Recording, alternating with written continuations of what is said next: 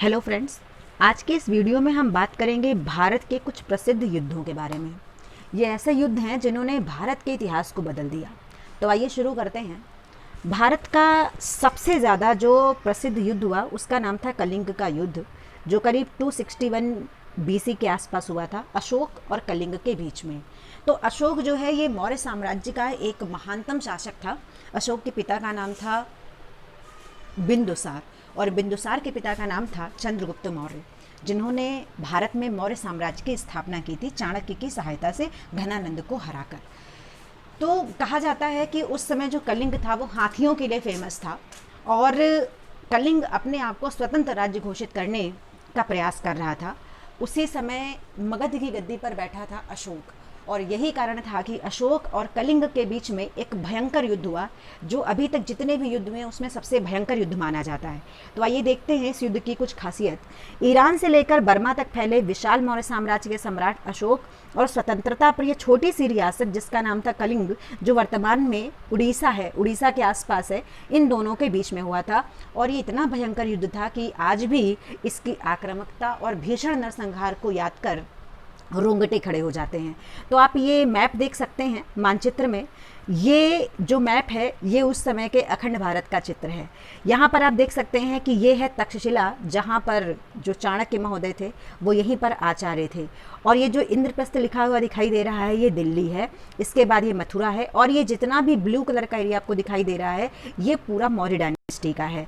ये है पाटलिपुत्र जो कि गंगा और सोन के संगम पर था, और ये क्षेत्र है बोधगया जो आज गया के नाम से जाना जाता है। और यहीं पर जो एक क्षेत्र था इस साइड में, इसी को नाम दिया जाता था कलिंग। तो पाटलिपुत्र और इधर इन दोनों के बीच में एक भयंकर युद्ध हुआ था जिसका नाम है कलिंग का युद्ध। तो आइए देखते हैं इसकी कुछ आगे की चीजें। उपलब्ध जानकारी के आधार पर कलिंग की ओर से लगभग 60,000 सिपाही की सेना लड़ाई के मैदान में थी। वहीं मौर्य सेना में लगभग 1 लाख से अधिक सिपाही थे। यानी एक ऐसा युद्ध था कि आप सोचिए कि उस समय जब हमारा देश प्राचीन भारत में था और उस समय कलिंग की तरफ से लगभग 60,000 सिपाही थे, और वहीं अशोक की तरफ से अगर देखा जाए तो लगभग 1 लाख से अधिक सिपाही थे। साथ ही साथ कलिंग के आत्मसम्मान के इस युद्ध में आहुति देने के लिए हजारों की तादाद में सामान्य सशस्त्र नागरिक भी इस युद्ध में तैनात थे। यानी कि इतने सारे सैनिक होने के बावजूद वहाँ के जो नागरिक थे वो भी कलिंग के जो राजा थे उस समय नंदराज, उनके लिए अपने प्राणों की आहुति देने के लिए तैयार थे। इस युद्ध में महानरसंहार हुआ। लगभग समस्त कलिंग सेना जो थी वो नेस्तनाबूद हो गई और मौर्य सेना को भी विजय की भारी कीमत चुकानी पड़ी। युद्ध की विभीषिका को देखकर सम्राट अशोक के हृदय परिवर्तन के बाद बौद्ध धर्म स्वीकार कर लेने और भविष्य में युद्ध न करने की प्रतिज्ञा अशोक ने उठा ली थी। तो ये एक ऐसी प्रतिज्ञा थी जो अशोक ने उठाई। कहा जाता है कि इस युद्ध के बाद जो भारत का सम्राट था अशोक, इसने बौद्ध धर्म ग्रहण कर लिया और अहिंसा के पथ पर चलने का प्रण कर लिया। इसकी वजह से बौद्ध धर्म का प्रभाव बढ़ता गया और फिर एक समय संसार के सबसे आक्रामक साम्राज्य के अधिकांश राजा अहिंसा के पथ पर चल पड़े। तो आप देख सकते हैं ये अशोक का चित्र है और इसने बौद्ध धर्म को अपना लिया था। ये महात्मा बुद्ध का चित्र है, और ये जो आपको बैकग्राउंड में ये स्तूप दिखाई दे रहा है ये सांची का स्तूप है। परिणाम ये हुआ कि सैन्य बल में कम होते हुए भी विदेशी हमलावर अपनी आक्रामक रणनीति के बल पर यहाँ के राजाओं को परास्त करने में सफल रहे। तो कुछ इसकी पृष्ठभूमि है वो मैं आपको बता दूं कि मौर्य वंश का सबसे पहला जो शासक हुआ उसका नाम था चंद्रगुप्त मौर्य। जो पहला शासक था इस वंश का, इसका नाम था चंद्रगुप्त मौर्य। इसके बाद इसका बेटा हुआ जिसका नाम था बिंदुसार, और इसके बाद इसका बेटा हुआ जिसका नाम था अशोक। अशोक भारत का पहला चक्रवर्ती सम्राट है, जबकि भारत के पहले सम्राट की बात करें तो वो चंद्रगुप्त मौर्य है, लेकिन जो अशोक है ये भारत का पहला चक्रवर्ती सम्राट है। अशोक ने जब इस युद्ध को जीत लिया, कलिंग को जीत लिया, इसके बाद कहा जाता है कि अशोक को रात दिन नींद नहीं आती थी। वहाँ का जो नरसंहार हुआ था वो उसकी आंखों के सामने हमेशा आया करता था। वो खाना पीना छोड़ चुका था। फिर कहा जाता है कि एक बौद्ध भिक्षु जिसका नाम होता है रामगुप्त, इसकी मुलाकात होती है और रामगुप्त ने अशोक को बौद्ध धर्म के बारे में बताया, और धीरे धीरे अशोक का जो मन था वो बौद्ध धर्म की तरफ जाने लगा और अशोक ने बौद्ध धर्म अपना लिया। साथ ही साथ अशोक ने धम्म अपना लिया। धम्म एक तरीके से धर्म ही होता है और धम्म का मतलब होता है अहिंसा के पथ पर चलना। अशोक ने एक किताब जिसका नाम है राहुलोवाद सुत्त, वहाँ से धम्म को अपनाया था। इसके बाद ये कुछ मौर्य वंश की डायनेस्टी के कुछ लोग हैं, जैसे पहला शासक चंद्रगुप्त मौर्य था, फिर बिंदुसार हुआ, फिर अशोक हुआ, फिर दशरथ हुआ, फिर संप्रति हुआ, फिर शुशुक हुआ, देववर्मन हुआ, शतधन्वा हुआ, और इस वंश का जो सबसे अंतिम शासक था उसका नाम था बृहद्रथ। एक व्यक्ति हुआ जिसका नाम था पुष्यमित्र शुंग। उसने बृहद्रथ की हत्या करके भारत में एक नई डायनेस्टी, जिसको हम लोग शुंग वंश के नाम से जानते हैं, उसको इस्टेब्लिश किया था। आइए देखते हैं इस सदी का दूसरा भयंकर युद्ध जो भारत का था, जिसका नाम है तराइन का दूसरा युद्ध। तराइन का जो दूसरा युद्ध है, इसने भारत के इतिहास को बदल दिया। ये युद्ध पृथ्वीराज चौहान और मोहम्मद गौरी के बीच में हुआ था। कहा जाता है कि अगर तराइन का दूसरा युद्ध ना हुआ होता तो आज भारत का इतिहास कुछ और होता। इसके पहले एक और युद्ध हुआ था 1191 में, जो तराइन का प्रथम युद्ध है। ये पृथ्वीराज चौहान और मोहम्मद गौरी के बीच में हुआ था। इसमें पृथ्वीराज चौहान की जीत हुई थी और मोहम्मद गौरी की हार हो गई थी। लेकिन इस युद्ध में पृथ्वीराज चौहान से एक बहुत बड़ी गलती हुई, किसने मोहम्मद गौरी को जिंदा छोड़ दिया। और जब मोहम्मद गौरी को जिंदा छोड़ दिया और इधर पृथ्वीराज चौहान कन्नौज की जो राजकुमारी थी जिनका नाम था संयुक्ता, उनसे इन्होंने विवाह कर लिया और धीरे धीरे राजकाज में इनका इंटरेस्ट कम होने लगा। और इसी बीच मोहम्मद गौरी ने इसका फ़ायदा उठाया और अपनी बड़ी सी सेना तैयार कर ली और 1192 में पृथ्वीराज चौहान पर, जो कि उस समय दिल्ली के शासक थे, दिल्ली पृथ्वीराज चौहान के जो नाना जी थे जिनका नाम था अनंगपाल तोमर, उन्होंने दिल्ली को पहली बार अपनी राजधानी बनाया था। इसके पहले राजधानी तो पाटलिपुत्र हुआ करती थी, तो इनको विरासत में इनके नाना जी ने अपनी दिल्ली दे दिया था। और इस तरीके से मोहम्मद गौरी ने दिल्ली पर आक्रमण करके दिल्ली को जीत लिया। और कहा जाता है कि इसी युद्ध के बाद पृथ्वीराज चौहान को इसने बंदी बना लिया था।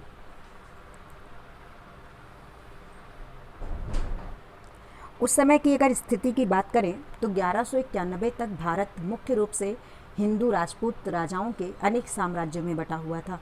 उस समय भारत में बहुत सारे छोटे छोटे हिंदू राजा हुआ करते थे जो आपस में ही लड़ाई किया करते थे।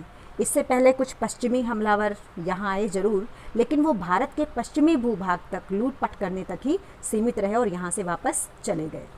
1191 में पहली बार अफगानिस्तान के और गौर प्रांत के मोहम्मद गौरी ने भारत पर आक्रमण किया था। यानी 1191 में इसने भारत पर आक्रमण किया। हालांकि इसके पहले भी मोहम्मद गौरी ने भारत पर कई बार आक्रमण किया था। जैसे कि मोहम्मद गौरी का जो पहला आक्रमण था वो 1175 में था और ये आक्रमण इसने किया था मुल्तान पर, और इस आक्रमण में इसकी जीत हो गई थी। इसके बाद मोहम्मद गौरी ने 1178 में आक्रमण किया और इस आक्रमण में मोहम्मद गौरी की पराजय हो गई थी। इनको हराने वाले सोलंकी वंश के राजा थे जिनका नाम था मूलराज सेकंड, उन्होंने इनको हरा दिया था। और इसके बाद इसने गुजरात की तरफ तो युद्ध नहीं किया, जो सोमनाथ मंदिर वाली जो जगह है यहीं पर इनका अटैक हुआ था सोलंकी वंश वाला 1178 में। लेकिन इसने दिल्ली के 1190 के आसपास, दिल्ली में एक जगह थी जिसका नाम था पिथौरागढ़, यहाँ पर इसने कब्जा कर लिया था। और जो ये पिथौरागढ़ जगह है ये मोहम्मद गौरी की थी। इस वजह से पृथ्वीराज चौहान और मोहम्मद गौरी के बीच 1191 में पहली लड़ाई हुई, जिसमें पृथ्वीराज चौहान की जीत हुई, मोहम्मद गौरी की हार हुई। लेकिन उस समय भारत छोटे छोटे हिंदू राजाओं में बटा हुआ है और 1191 में पृथ्वीराज चौहान भले जीत गए, लेकिन एक साल के बीच में इन्होंने अपना राजपाट थोड़ा सा इस पर कम ध्यान दिया। यही कारण था कि जो दूसरा युद्ध हुआ इसमें पृथ्वीराज चौहान की हार हुई। 1191 के इस तराइन के युद्ध में अपनी आक्रामक घुड़सेना और रणनीति से मोहम्मद गौरी ने चौहान की भारी भरकम सेना को हरा दिया। ये चित्र आप देख सकते हैं, ये पृथ्वीराज चौहान का चित्र है। पृथ्वीराज चौहान इस लड़ाई में मारा गया। इस युद्ध के बाद भारत में राजपूत राजाओं का राज धीरे धीरे अंत हो गया। भारत के इतिहासकार पर इस युद्ध से ज़्यादा राजनीतिक सामाजिक प्रभाव किसी और युद्ध का नहीं पड़ा। भारत में इस्लामिक शासन की शुरुआत इसी युद्ध से मानी जाती है। यानी कि इसके पहले का कोई भी ऐसा युद्ध नहीं है जिससे भारत की राजनीतिक सामाजिक स्थिति चेंज हुई हो। क्योंकि 1192 के बाद ही मोहम्मद गौरी का यहाँ पर कब्जा हो गया और यहीं से भारत में इस्लामिक शासन की शुरुआत मानी जाती है। इसके बाद एक और युद्ध है जिसने भारत की दिशा दशा दोनों को बदला। वो युद्ध था पानीपत का प्रथम युद्ध, जो 1526 में हुआ बाबर और इब्राहिम लोदी के बीच में। इसमें बाबर की जीत हुई और इब्राहिम लोदी की हार हुई। इब्राहिम लोदी दिल्ली सल्तनत के लोदी वंश का अंतिम शासक था। ये दिल्ली सल्तनत का एकमात्र ऐसा शासक है जिसकी मृत्यु युद्ध में हुई थी। तो बाबर ने अटैक किया। बाबर के बारे में देखा जाए तो बाबर जो था ये अफ़गानिस्तान में एक जगह है फरगना, वहीं का शासक था और इसको भारत पर अटैक करने के लिए इब्राहिम लोदी के चाचा ने ही इनवाइट किया था। तो उस समय दिल्ली पर लोदी सल्तनत के इब्राहिम लोदी का राज था। दिल्ली के पास स्थित पानीपत में काबुल के शासक बाबर और इब्राहिम लोदी की सेनाओं के बीच भयंकर युद्ध हुआ था।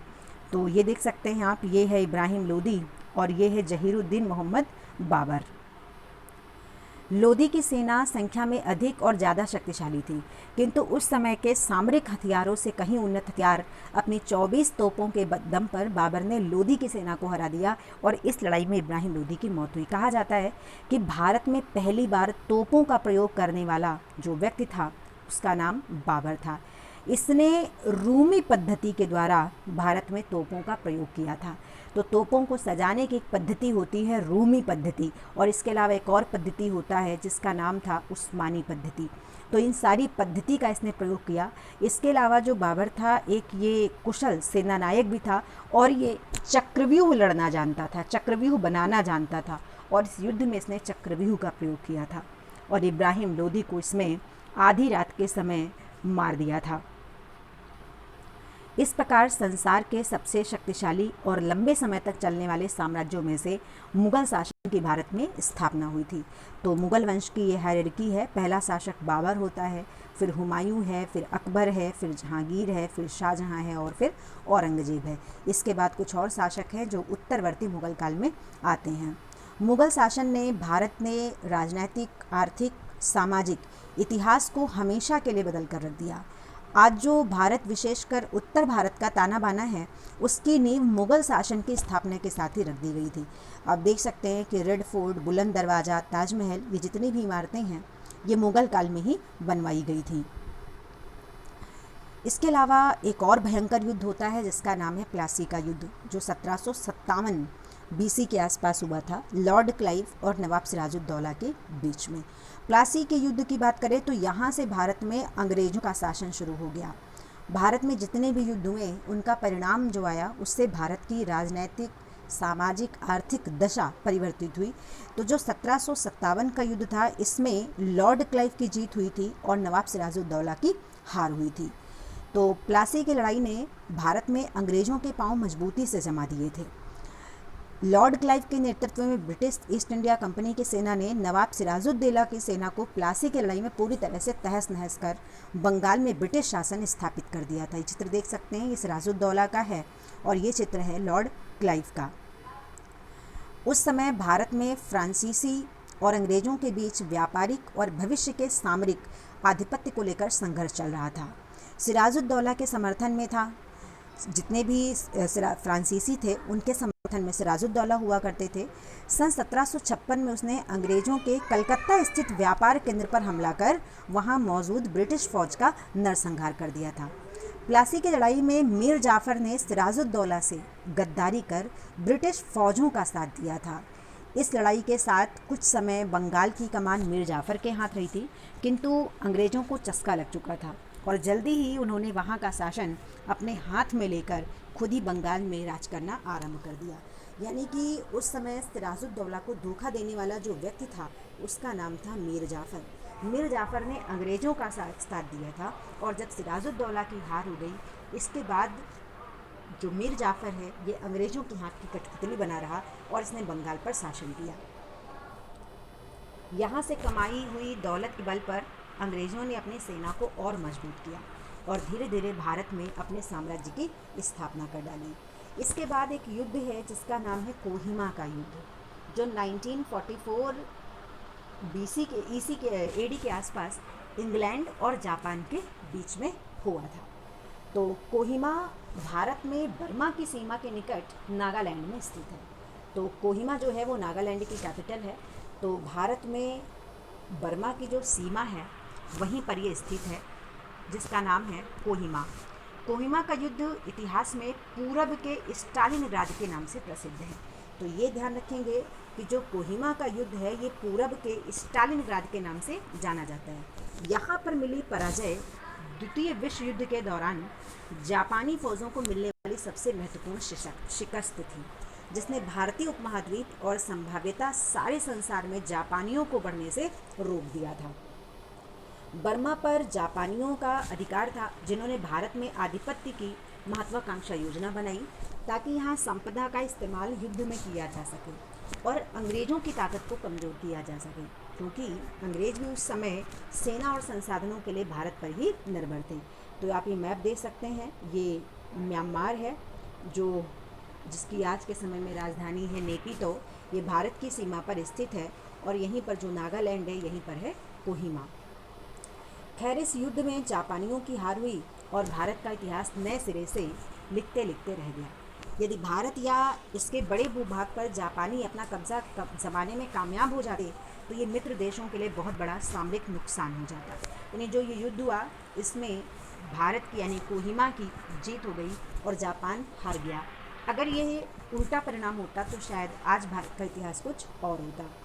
साथ ही साथ भारत का इतिहास भी हमेशा के लिए बदल जाता, क्योंकि संभव है कि मात्र 3 वर्ष के बाद भारत को मिलने वाली स्वतंत्रता जापानी शासन की तरह संभव ना हो पाती। तो ये थी आज की कुछ इम्पोर्टेंट वॉर।